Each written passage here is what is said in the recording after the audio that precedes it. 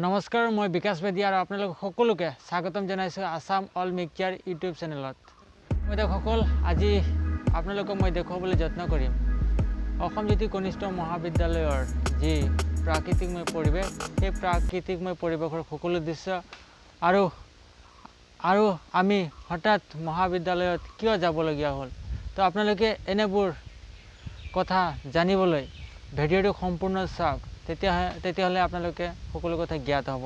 তেতিয়াহ'লে বলক আমি ভিডিঅ' আৰম্ভ কৰাৰ আগতে আপোনালোকক মই এটি সৰু অনুৰোধ জনাব বিচাৰিছোঁ, যদিহে আপোনালোকে আসাম অল মিক্সচাৰ ইউটিউব চেনেলত প্ৰথম আহিছে তেতিয়াহ'লে চেনেলটো ছাবস্ক্ৰাইব কৰিব, লগতে কাষত থকা বেল আইকনটো প্ৰেছ কৰি দিব আৰু আপোনালোকৰ যি প্ৰিয় বন্ধু বান্ধৱী আছে সেই প্ৰিয় বন্ধু বান্ধৱীলৈ ভিডিঅ'সমূহ শ্বেয়াৰ কৰি সহায় সহযোগিতাৰ দিশত অৰিহণা যোগাব বুলি আশা ৰাখিলোঁ।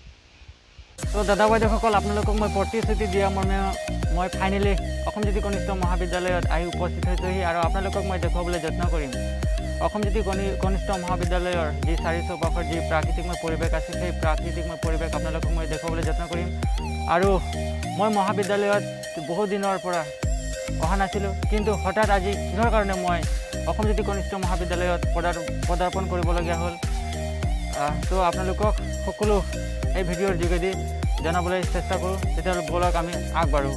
বলক, মোৰ লগত মাধৱ আছে। মাধৱৰ কি কাৰণত আহিছে পৰৱৰ্তী পৰ্যায়ত আমি নিশ্চয়কৈ সকলোৱে জ্ঞাত হ'ম। তেতিয়া বলক আমি মহাবিদ্যালয়ৰ পৰিৱেশ উপভোগ কৰোঁ। তেতিয়াহ'লে বলক আপোনালোকক দেখুৱাবলৈ যত্ন কৰিম অসম জ্যোতি কনিষ্ঠ মহাবিদ্যালয়ৰ যি চাৰি চৌপাশৰ দৃশ্য, সেই চাৰি চৌপাশৰ দৃশ্য পোনপ্ৰথমে দেখুৱাই ল'ব বিচাৰিছোঁ আৰু আপোনালোকক জনাওঁ পৰৱৰ্তী পৰ্যায়ত আমি কি কাৰণত মহাবিদ্যালয়ত পদাৰ্পণ কৰিছোঁ। তো পোনপ্ৰথমে আমি মহাবিদ্যালয়ৰ পৰিৱেশ উপভোগ কৰি লওঁ। তেতিয়াহ'লে বলক আপোনালোকে নিশ্চয়কৈ নিজৰ মোবাইল স্ক্ৰীণত স্পষ্টকৈ প্ৰত্যক্ষ কৰি আছে অসম জ্যোতি কনিষ্ঠ মহাবিদ্যালয়ৰ চাৰি চৌপাশৰ দৃশ্য। তো বহুদিন ধৰি আমি মহাবিদ্যালয়ত পদাৰ্পণ কৰা নাছিলোঁ, তো আজি পদাৰ্পণ কৰি আমি যি আনন্দ লাভ কৰিছোঁ, সঁচাকৈ এই আনন্দ আমাৰ জীৱনৰ চিৰ স্মৰণীয় হৈ ৰ'ব। কিয়নো আমি যিহেতু অধ্যয়ন কৰি থকা সময়ত এনেকুৱা ধৰণৰ পৰিৱেশ বিৰাজ কৰা নাছিল, কিন্তু আজি যিটো পৰিৱেশ দেখিছোঁ সঁচাকৈয়ে ভাল লাগিছে। চাওক আপোনালোকে কিমান ধুনীয়া এটা পৰিৱেশ সাম্প্ৰতিক সময়ত বিৰাজ কৰিছে। চাওক, যিহেতু কৰোণা মহামাৰীৰ বাবে আমাৰ মহাবিদ্যালয় বহুদিন ধৰি বন্ধ হৈ আহিছে, তো বন্ধৰ ফলত আমাৰ মহাবিদ্যালয়ৰ কিছু কাম আন্তঃগাঁথনিৰ কাম আৰম্ভ হৈছে। তো আপোনালোকে চাব পাৰে। চাওক ধুনীয়াকৈ, চাওক আপোনালোকে সুন্দৰ পৰিৱেশ বিৰাজ কৰিছে। তো এনে সুন্দৰ পৰিৱেশ আপোনালোকক কেনেকুৱা লাগিছে আপোনালোকে কমেণ্ট ছেকশ্যনত গৈ আপোনালোকে জনাব পাৰিব। দীৰ্ঘদিনীয়াৰ অন্তত আজি মোৰ সমনীয়া বন্ধুবৰ্গসকলক লগ পালোঁ, তো তেখেতসকলৰ পৰা মই জানিবলৈ চেষ্টা কৰিম। তো মোৰ লগত মাধৱ আছে, তো মাধৱৰ পৰা মই জানিবলৈ চেষ্টা কৰিম। মাধৱ, আজি যিহেতু তুমি বহু দিনৰ পিছত আজি মহাবিদ্যালয়ত পদাৰ্পণ কৰিলা, তো আজি পদাৰ্পণ কৰি তোমাৰ মনৰ অনুভৱ কেনেকুৱা? হয়, মই মাধৱ আৰু বহুত দিনৰ মূৰত মই অসম জ্যোতি কনিষ্ঠ মহাবিদ্যালয়ত আজি আহিছোঁ। আহি চাইছোঁ যথেষ্ট পৰিৱৰ্তন হৈছে, কলেজখন ধুনীয়ালৈ পৰিৱৰ্তন হৈছে আৰু হয়তো আমি এইটো উপভোগ কৰিব নোৱাৰিম, কাৰণ এইখন বিদ্যালয়ৰ পৰা আমি আন এখন মহাবিদ্যালয়লৈ গতি কৰিব লাগিব। আৰু হয়তো এইটো সকলোৱে জানো যে আমি অলপ বেছি কিবা পাবলৈ হ'লে অলপ কমকৈ ত্যাগ কৰিবই লাগিব। পিছত আৰু মোক বহুতেই ভাল লাগিছে আৰু অলপ বেয়া লাগিছে, কাৰণ এখন কলেজত এৰি থাকিব লাগিব আৰু এতিয়া আমি বহুত লগৰবোৰক এৰিব লগা হৈছে, বেলেগ কলেজত গৈছে। এই ছাৰ বাইদেউৰ লগত যিখন সম্পৰ্ক গঢ়ি উঠিছিল সেইখন সম্পৰ্ক এতিয়া নাথাকিব আৰু হয়তো সেইখন কলেজৰ মহাবিদ্যালয়ৰ ছাৰ বাইদেউৰ লগত কেনেকুৱা সম্পৰ্ক গঢ়িব পাৰিম নে নোৱাৰিম, সেইটো অলপ বেয়া লাগিছে। আৰু ইমানেই, আৰু প্ৰাকৃতিক সৌন্দৰ্য যথেষ্ট ভাল আমাৰ কলেজলৈ, বহুত ভাল লাগিছে। আৰু বিকাশক মই ধন্যবাদ জনাইছোঁ। ইমানেই। হয়, নিশ্চয়কৈ আপোনালোকে মাধৱৰ মুখেৰে শুনিলে। আমি যিহেতু অধ্যয়ন কৰি থকা সময়ত আমাৰ এনেকুৱা ধৰণৰ পৰিৱেশ বিৰাজ কৰা নাছিলে, তো এতিয়া সাম্প্ৰতিক সময়ত যি পৰিৱেশ বিৰাজ কৰিছে সঁচাকৈয়ে আমাক আনন্দিত কৰি তুলিছে।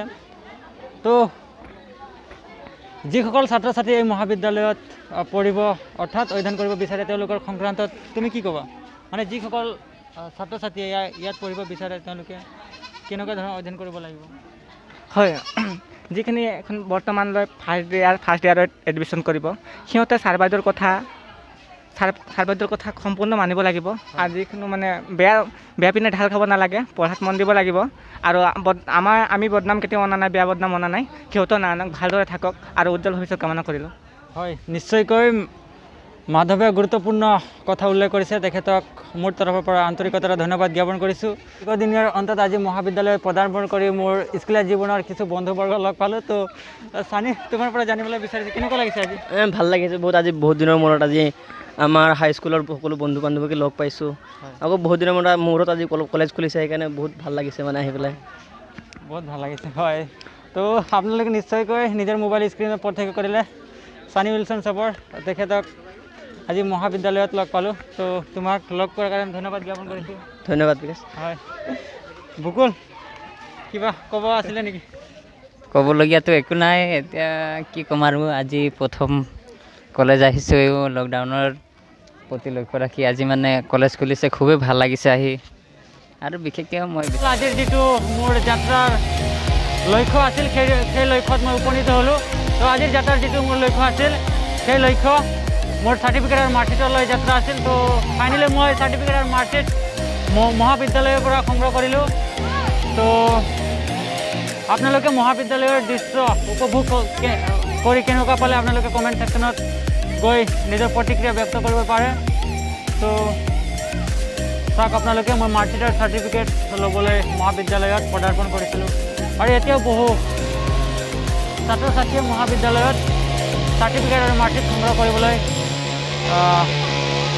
শাৰী পাতি আছে তো এতিয়া মই পলম নকৰি যিহেতু মই ভাত খাই অহা নাই তো ঘৰলৈ আগবাঢ়োঁ তেতিয়াহ'লে ব'লক আমি ঘৰলৈ আগবাঢ়োঁ তেতিয়াহ'লে ব'লক আমি পলম নকৰি আমি ঘৰলৈ আগবাঢ়োঁ তেতিয়াহ'লে ব'লক আমি ঘৰলৈ আগবাঢ়োঁ